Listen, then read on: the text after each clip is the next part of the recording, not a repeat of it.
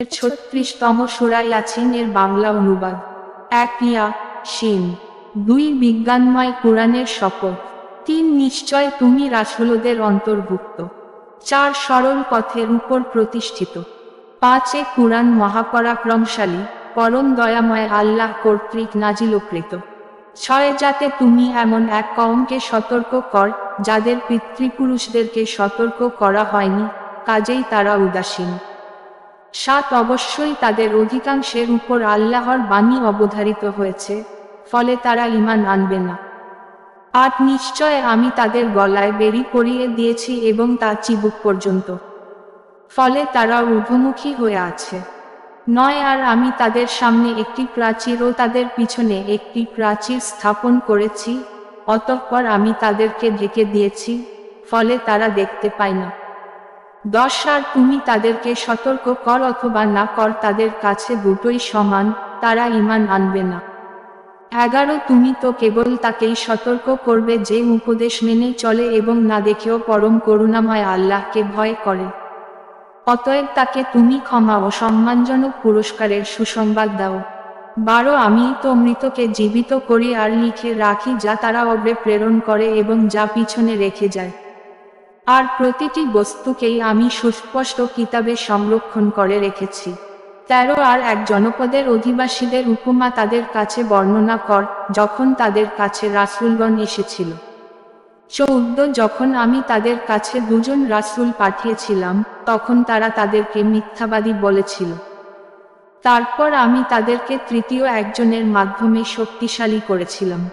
অতঃপর তারা বলেছিল, নিশ্চয় আমরা তোমাদের প্রতি প্রেরিত রাসূল। 15 তারা বলল, তোমরা তো আমাদের মতোই মানুষ, আর পরম করুণাময় তো কিছুই নাজিল করেননি, তোমরা শুধু মিথ্যাই বলছ। 16 তারা বলল, আমাদের রব জানেন, অবশ্যই আমরা তোমাদের কাছে প্রেরিত রাসূল। 17 আর সুস্পষ্টভাবে পৌঁছিয়ে দেয়াই আমাদের দায়িত্ব। 18 তারা বলল, আমরা তো তোমাদেরকে অমঙ্গলের কারণ মনে করি, তোমরা যদি বিরত না হও তাহলে আমরা অবশ্যই তোমাদেরকে পাথর মেরে হত্যা করব এবং আমাদের পক্ষ থেকে তোমাদেরকে যন্ত্রণাদায়ক আযাব স্পর্শ করবে। 19 তারা বলল, তোমাদের অমঙ্গলের কারণ তোমাদের সাথেই, তোমাদেরকে উপদেশ দেয়া হয়েছে বলেই কি এরূপ বলছ, বরং তোমরা সীমালঙ্ঘনকারী কওম। 20 আর শহরের দূরপ্রান্ত থেকে এক ব্যক্তি দৌড়ে এসে বলল, হে আমার কওম, তোমরা রাসূলদের অনুসরণ কর। 21 তোমরা তাদের অনুসরণ কর যারা তোমাদের কাছে কোনো প্রতিদান চায় না আর তারা সৎপথপ্রাপ্ত। 22 আর আমি কেন তার ইবাদত করব না যিনি আমাকে সৃষ্টি করেছেন, আর তার কাছেই তোমাদেরকে ফিরিয়ে নেওয়া হবে। 23 আমি কি তার পরিবর্তে অন্য ইলাহ গ্রহণ করব? যদি পরম করুণাময় আমার কোনো ক্ষতি করার ইচ্ছা করেন, তাহলে তাদের সুপারিশ আমার কোনো কাজে আসবে না এবং তারা আমাকে উদ্ধারও করতে পারবে না। 24 এরূপ করলে নিশ্চয় আমি স্পষ্ট বিভ্রান্তিতে পতিত হব। 25 নিশ্চয় আমি তোমাদের রবের প্রতি ঈমান এনেছি, অতএব তোমরা আমার কথা শোন। 26 তাকে বলা হলো, জান্নাতে প্রবেশ কর। সে বলল, হায়, আমার কওম যদি জানতে পারত। 27 আমার রব আমাকে কিসের বিনিময়ে ক্ষমা করে দিয়েছেন এবং আমাকে সম্মানিতদের অন্তর্ভুক্ত করেছেন। 28 আর আমি তার মৃত্যুর পর তার কওমের বিরুদ্ধে আসমান থেকে কোনো সৈন্য পাঠাইনি, আর তা পাঠানোর কোনো দরকারও আমার ছিল না। 29 তা ছিল শুধুই একটি বিকট আওয়াজ, ফলে তারা নিথর নিস্তব্ধ হয়ে পড়ল। 30 আফসোস বান্দাদের জন্য, যখনই তাদের কাছে কোনো রাসূল এসেছে তখনই তারা তাকে নিয়ে ঠাট্টা বিদ্রূপ করেছে। 31 তারা কি লক্ষ্য করেনি যে আমি তাদের পূর্বে কত প্রজন্মকে ধ্বংস করেছি, নিশ্চয় তারা তাদের কাছে ফিরে আসবে না। 32 আর তাদের সকলকে একত্রে আমার কাছে হাজির করা হবে। 33 আর মৃত জমিন তাদের জন্য একটি নিদর্শন, আমি তাকে জীবিত করেছি এবং তা থেকে শস্যদানা উৎপন্ন করেছি, অতঃপর তা থেকেই তারা খায়। 34 আর আমি তাতে খেজুর ও আঙ্গুরের বাগান তৈরি করেছি এবং তাতে কিছু ঝর্ণাধারা প্রবাহিত করি। 35 যাতে তারা তার ফল খেতে পারে, অথচ তাদের হাত তা বানায়নি। তবুও কি তারা কৃতজ্ঞতা প্রকাশ করবে না? 36 পবিত্র ও মহান সে সত্তা যিনি সকল জোড়া জোড়া সৃষ্টি করেছেন, জমিন যা উৎপন্ন করেছে তা থেকে, মানুষের নিজদের মধ্য থেকে এবং সে সব কিছু থেকেও যা তারা জানে না। 37 আর রাত তাদের জন্য একটি নিদর্শন, আমি তা থেকে দিনকে সরিয়ে নেই, ফলে তখনই তারা অন্ধকারাচ্ছন্ন হয়ে যায়। 38 আর সূর্য ভ্রমণ করে তার নির্দিষ্ট পথে, এটা মহাপরাক্রমশালী সর্বজ্ঞ আল্লাহ র নির্ধারণ।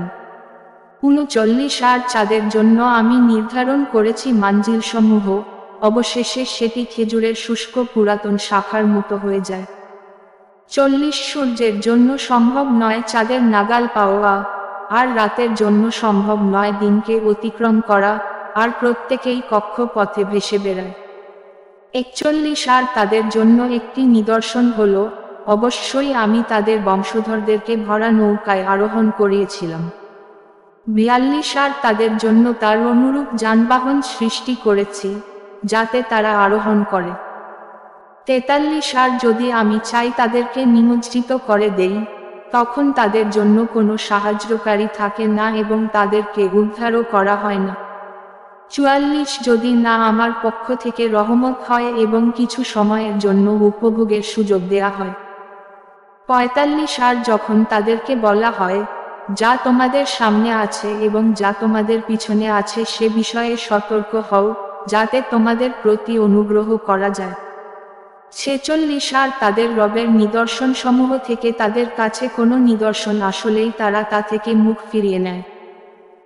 47 আর যখন তাদেরকে বলা হয়, আল্লাহ তোমাদেরকে যে রিয়াদ দিয়েছেন তা থেকে তোমরা ব্যয় কর, তখন কাফিররা মুমিনদেরকে বলে, আমরা কি তাকে খাদ্য দান করব? আল্লাহ চাইলে যাকে খাদ্য দান করতেন। তোমরা তো স্পষ্ট পথভ্রষ্টতায় রয়েছে। 48 আর তারা বলে, এ ওয়াদা কখন বাস্তবায়িত হবে? তা বল যদি তোমরা সত্যবাদী হও। 49 তারা তো কেবল এক বিকট আওয়াজের অপেক্ষা করছে যা তাদেরকে বিতণ্ডায় লিপ্ত অবস্থায় পাকড়াও করবে। 50 সুতরাং না পারবে তারা ওসিয়াত করতে এবং না পারবে তাদের পরিবার পরিজনের কাছে ফিরে যেতে। 51 আর সিংহায় ফুঁক দেয়া হবে, তৎক্ষণাৎ তারা কবর থেকে তাদের রবের দিকে ছুটে আসবে। 52 তারা বলবে, হায় আমাদের দুর্ভোগ, কে আমাদেরকে আমাদের নিদ্রাস্থল থেকে উঠালো?